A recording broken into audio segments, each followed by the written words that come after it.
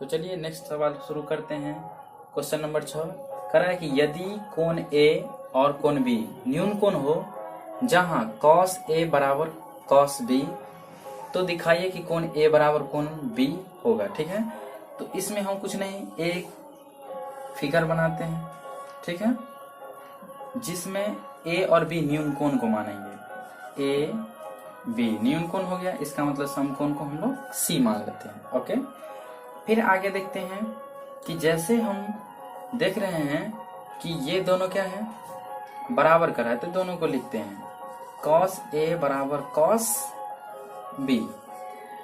ठीक है, फिर हम लोग देख रहे हैं cos का सूत्र लगाएंगे a के अनुसार, यहाँ पर cos का सूत्र लगाएंगे b के अनुसार। ठीक है, तो सिर्फ कुछ नहीं, बस हम लोग छोटी सी बात याद दिला रहे हैं कि a की बात करेंगे ना तो a का सामने वाला भुजा लंब होगा, अब b की बात करेंगे तो इसके सामने का ये लंब होगा, इसके लिए लंब ये, आधार ये, इसके लिए लंब ये और आधार ये। ओके, तो चलिए देखते हैं, सूत्र लगाएंगे इसके अनुसार। तो चलिए यहाँ पर सूत्र नहीं, नाम लिखेंगे तो बेटर रहेगा, क्योंकि हमको कोण बराबर सिद्ध करना है। तो हम जब ये चीज सिद्ध कर देंगे कि दो भुजा बराबर होगी तो दो कोण भी क्या होगा, ऑलरेडी बराबर होगा, क्योंकि हम लोग जानते हैं कि जिस त्रिभुज की तीनों भुजाएं बराबर, तीनों कोण भी बराबर, और जिस त्रिभुज की दो भुजाएं बराबर उसका दो कोण भी बराबर। ओके, चलिए इसके लिए सूत्र लिखते हैं। cos के लिए a की बात हो रहा है तो सूत्र पढ़े हैं, क्या होता है, cos बराबर बेस बट्टे हाइपोटेनियस। तो a के लिए बेस ये होगा तो लिखेंगे AC बट्टे AB। ठीक है, फिर cos b की बात हो रहा है तो b के लिए बेस हो जाएगा BC, तो BC और बट्टा AB। बस कुछ नहीं ध्यान रखना है दोस्तों, बस ध्यान रखना है हमको कि कब लंब और आधार बदलता रहता है। सिर्फ a की बात होगा तो a की सामने वाला भुजा लंब, और जिस पर वो कोण बन रहा है वो होगा आधार, और कर्ण कभी बदलता नहीं है। तो चलिए यहाँ पर देख रहे हैं ये नीचे नीचे बराबर है, इसका मतलब इस दोनों कट सकता है, तो क्या आ गया मेरा AC बराबर BC। ठीक है, तो ये जानते हैं कि जब AC और BC दोनों भुजाएं क्या है, बराबर है, तो दोनों भुजाएं बराबर है तो दोनों भुजा के सामने वाला कोण भी क्या होगा, बराबर होगा। तो जब यहाँ पर हम इससे लिख सकते हैं कि कोण A बराबर कोण B। अगर थोड़ा कंफ्यूजन होगा यहाँ पर तो चलिए इसको हम फिर से थोड़ा बड़ा करके समझते हैं। ठीक है, जैसे कि यहाँ लिखेंगे, यहाँ क्या कर सकते थे, क्रॉस मल्टीप्लिकेशन करते, तो यहाँ पर लिख सकते थे AB गुने AC। ठीक है, बराबर देते, फिर लिखते AB गुने BC, यही ना लिख सकते थे। तो इसको क्या करेंगे, यदि AC को इधर रखेंगे तो लिख सकते हैं ना AB गुने BC बट्टा AB, तो फिर क्या आता, वही रिजल्ट आता मेरा कि AC बराबर BC, वही तो लिखे हैं AC बराबर BC। तो यहाँ भी लिख सकते थे AC बराबर BC, और फिर उसी तरह से, इसीलिए ये क्या हो जाता है, सिद्ध हो जाता है। ठीक है, समझ गए। सिर्फ जब ये दो कोण बराबर कहे ना सिद्ध करने के लिए, तो सिर्फ हम क्या करेंगे, दो भुजा को बराबर करके दिखा देंगे, ऑलरेडी आ जाएगा, दो कोण क्या होगा, बराबर होगा। ठीक है, समझ गए, उम्मीद करते हैं कि समझे होंगे। अगर नहीं समझे हैं तो वीडियो को रोक करके एक बार और देख लीजिए, कंफर्म है कि सवाल आपको समझ में आ जाएगा। तो ये रहा हम लोगों के सामने अगला सवाल, सवाल नंबर 7। इसमें करा है कि cot थीटा बराबर 7/8, तो पहला 1 plus sine theta into 1 minus sine theta बट्टे 1 plus cos theta into 1 minus cos theta का मान निकालना है, और दूसरा कह रहा है कि cot स्क्वायर थीटा का मान क्या होगा। तो चलिए देखते हैं, सब जगह थीटा है, एक ही बात है, तो फिगर बना लेंगे तो ठीक रहेगा, यदि नहीं भी बनाएंगे तो भी बन जाएगा। तो चलिए फिगर बना लेते हैं, हम लोग को रिवाइज भी हो जाएगा और फिगर के सहारे अच्छी तरीके से समझ में आएगा। तो चलिए यहाँ पर ले रहे हैं हम, कॉट दिया हुआ है, इसी को फिर थीटा मानते हैं, हम लिखते हैं कॉट थीटा बराबर 7/8 है। तो याद कीजिए कॉट थीटा का सूत्र ये क्या होता है, तो ये होता है B/P, तो 7/8 हो गया। यहाँ पर B का वैल्यू क्या हो गया, इसके लिए B ये काम कर रहा है, तो ये हो गया 7, ये हो गया 8, तो हमको क्या होगा, हाइपोटेनियस निकालना पड़ेगा। तो हाइपोटेनियस कैसे निकालेंगे, तो हाइपोटेनियस के लिए क्या होगा, जानते हैं H बराबर होता है √p² जोड़ बी स्क्वायर, ठीक है।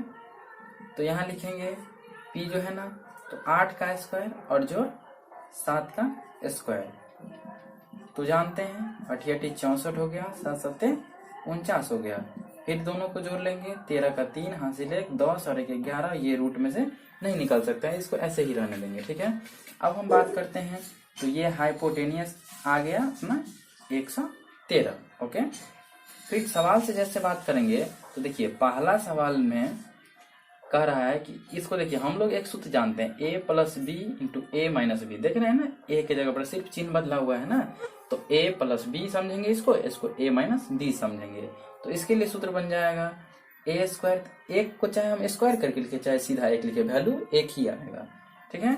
फिर माइनस साइन स्क्वायर, तो साइन स्क्वायर थीटा लिख सकते हैं, ऊपर को ऐसे लिख सकते हैं, बट्टा अगर नहीं समझे ना तो चलिए पूरा पूरा लिखते हैं हम, a + b × a - b है ना, तो a² होगा, तो a का स्क्वायर लिखते हैं, -b² तो लिखते हैं साइन थीटा का होल स्क्वायर। अब तो समझे होंगे, बट्टा ई फिर वैसे ही a + b × a - b है, तो फिर 1 का स्क्वायर माइनस कॉस थीटा का होल स्क्वायर, फिर इससे आगे 1 का स्क्वायर 1 ही होगा, माइनस साइन स्क्वायर थीटा बट्टा 1 minus cos square theta, okay. फिर जब हम आगे बढ़ेंगे, तो देखिए अब यहाँ पर हमको सूत्र लगाना है, इतना ये बड़ा को छोटा करने का तरीका है सूत्र से, ठीक है। मैथ बनाने का तो सही तरीका सूत्र ही है उसका हथियार, अगर वही नहीं रहेगा तो नहीं बन पाएगा, ठीक है।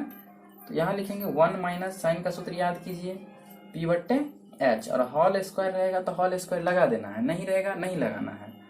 पूरा का बट्टा करेंगे, 1 - कॉस है, तो कॉस का सूत्र क्या होता है, b/h, तो b/h, इसमें भी होल स्क्वायर, तो होल स्क्वायर लगा देंगे। फिर इसका मान निकालना है, तो मान निकालिए, लिख देंगे 1 - p का वैल्यू कितना है, देखिए यहाँ पर p का वैल्यू है आपका 8, तो 8/113, और इस पूरा क्या करेंगे होल स्क्वायर, पूरे का बट्टा 1 - फिर उसी तरह से क्या है, ये b है, तो b का वैल्यू कितना है, गौर से देखिए b का वैल्यू है 7, तो लिखेंगे 7/√113, ठीक है। फिर क्या करेंगे, चलिए आगे बढ़ते हैं। यहाँ देखिए, जैसे कि मान लीजिए 1 है, तो 1 देंगे, बट्टा में कुछ नहीं है तो 1 देते हैं, ठीक है। यहाँ लाइनिंग बना दीजिए। फिर यहाँ देंगे माइनस 8 × 64 √100,